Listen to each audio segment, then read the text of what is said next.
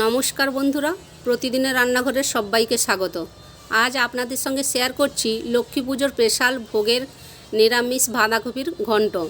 যে কোনো নিরামিষ দিনে এরকম নিরামিষ বাঁধাকপির ঘন্টও রান্না করে নিতে পারেন। এই নিরামিষ বাঁধাকপির ঘন্ট খিচুড়ি বা লুচি সব কিছুরই সঙ্গে ভোগের থালায় সার্ভ করা যাবে। এইভাবে একবার নিরামিষ বাঁধাকপি রান্না করে দেখুন, খুবই ভালো হয় খেতে। রেসিপিটা প্রথম থেকে শেষ পর্যন্ত দেখার জন্য আপনাদের কাছে অনেক অনেক অনুরোধ রইল। চলুন তাহলে এবার রেসিপিটি শুরু করা যাক। আমি এখানে একটা মিডিয়াম সাইজের বাঁধাকপি নিয়েছি। বাঁধাকপিটা 1 কিলোর একটু বেশি আছে, আমি পুরোটা নেব না। 1 কিলোরই মতন বাঁধাকপিটা আমি কেটে নেব। প্রথমে আমি বাঁধাকপিটা একবার ধুয়ে নিয়েছি, তারপর কেটে নিচ্ছি। কাটার পরেও আমি একবার পরিষ্কার করে ধুয়ে নেব, কারণ পাতার ভিতরেও অনেক সময় পোকা থাকে, তাই পরিষ্কার করে ভালো করে ধুয়ে নিতে হবে।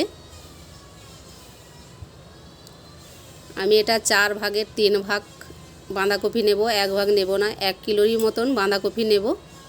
দেখুন আমি বাঁধাকপিটা ভালো করে কুচিয়ে পরিষ্কার করে ধুয়ে নিয়েছি। বাঁধাকপিটা আর কাটা দেখালাম না, আমি বারবার জল দিয়ে ধুয়ে পরিষ্কার করে নিয়েছি।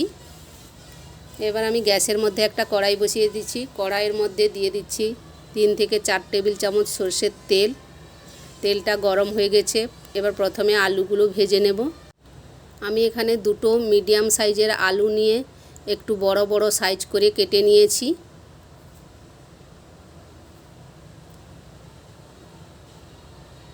বন্ধুরা, রেসিপিটা যদি ভালো লাগে অবশ্যই লাইক করে দেবেন। আলুগুলো আমি ভালো করে ভেজে নেব। আলুগুলো আমার ভালো করে ভাজা হয়ে গেছে। এবার তেল থেকে তুলে নিচ্ছি। এবার এই একই তেলে রান্না করব। এই তেলের মধ্যে ফোড়নে দিয়ে দিচ্ছি গোটা জিরে, দিয়ে দিচ্ছি 2টো তেজপাতা, দিয়ে দিচ্ছি 3টে শুকনো লঙ্কা। ফোড়নটা একটু তেলের মধ্যে নেড়ে নেব। ফোড়নটা একটু নেড়ে দিয়ে দিচ্ছি 1/2 চামচ হিং। যেহেতু নিরাম রান্না, তাই হিংটা দিলে খেতে ভালো লাগবে। আপনারা খেয়াল রাখবে হিংটা যাতে পুড়ে না যায়। পুড়ে গেলে তাহলে তরকারির স্বাদ একদম খারাপ হয়ে যাবে। ফোড়নটা কিছু সময় নেড়ে দিয়ে দিলাম আদা বাটা। আদা বাটাটাও তেলের মধ্যে কিছু সময় নেড়ে নেব। আদাটা কাঁচা গন্ধ চলে যাওয়া পর্যন্ত নেড়ে নিতে হবে। তারপর এর মধ্যে দিয়ে দিলাম টমেটো কুচি। টমেটো কুচিটাও নরম হওয়া পর্যন্ত তেলের মধ্যে নেড়ে নেব। টমেটোগুলো আমার নরম হয়ে গেছে। এবার এর মধ্যে দিয়ে দেব বাঁধাকপি।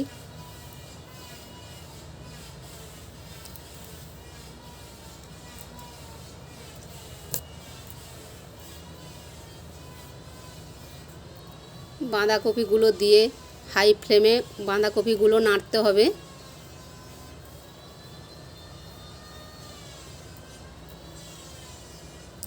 বাঁধাকপিগুলো নাড়তে নাড়তে অনেকটা কমে যাবে এবং নরম হয়ে যাবে।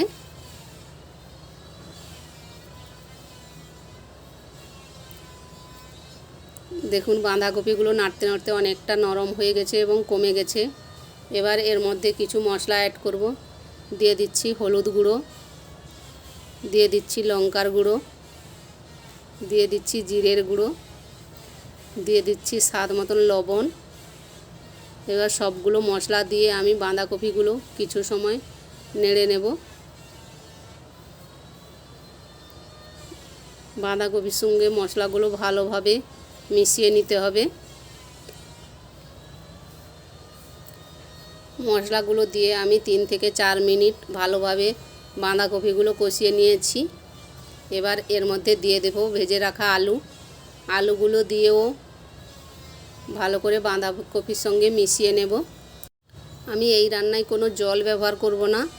বাঁধাকপি থেকে যে জল বেরোবে তাতেই আলু এবং বাঁধাকপি সব কিছুরই সেদ্ধ হয়ে যাবে এবং রান্নাও হয়ে যাবে।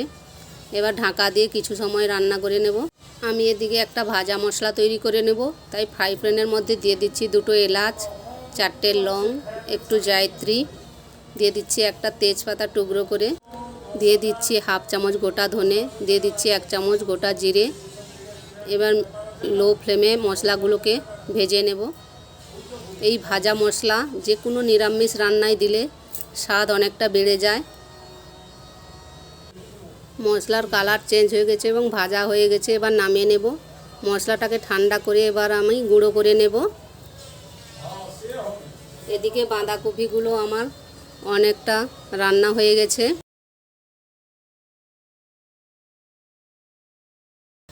এবার এর মধ্যে দিয়ে দিচ্ছি 3-4টে কাঁচা লঙ্কা। বন্ধুরা, রেসিপিটি ভালো লাগলে অবশ্যই একটা লাইক করে দেবেন। বাঁধাকপি এবং আলুগুলো সব সিদ্ধ হয়ে গেছে। আমি দেখিয়ে দিচ্ছি, আলুগুলো দেখুন আমার সিদ্ধ হয়ে গেছে এবং বাঁধাকপিও সিদ্ধ হয়ে গেছে।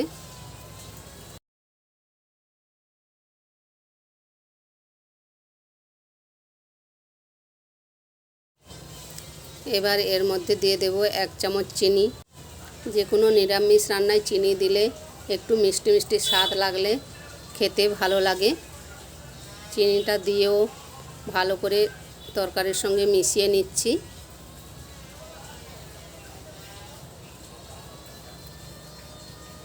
এবার এর মধ্যে দিয়ে দিচ্ছি 1 চামচ সেই ভাজা মশলার গুঁড়ো, আর দিয়ে দিচ্ছি 1 চামচ ঘি। ভাজা মশলা এবং ঘিটা দিয়ে ভালোভাবে মিশিয়ে নেব। তরকারিটা নেড়ে নেড়ে ভালো করে জল শুকিয়ে নিতে হবে।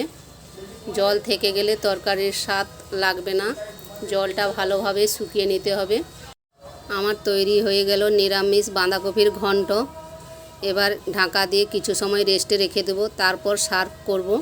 এই নিরামিষ বাঁধাকপির ঘন্ট খিচুড়ি বা লুচি সব কিছুরই সঙ্গে লক্ষ্মী পুজোর ভোগের থালায় সার্ভ করতে পারেন। রেসিপিটি কেমন লাগলো অবশ্যই কমেন্টে জানাবেন। রেসিপিটি যদি ভালো লেগে থাকে তাহলে অবশ্যই একটা লাইক করে দেবেন, আর চ্যানেলটিকে সাবস্ক্রাইব করার জন্য অনেক অনেক অনুরোধ রইল। আপনারা ভালো থাকুন, সুস্থ থাকুন।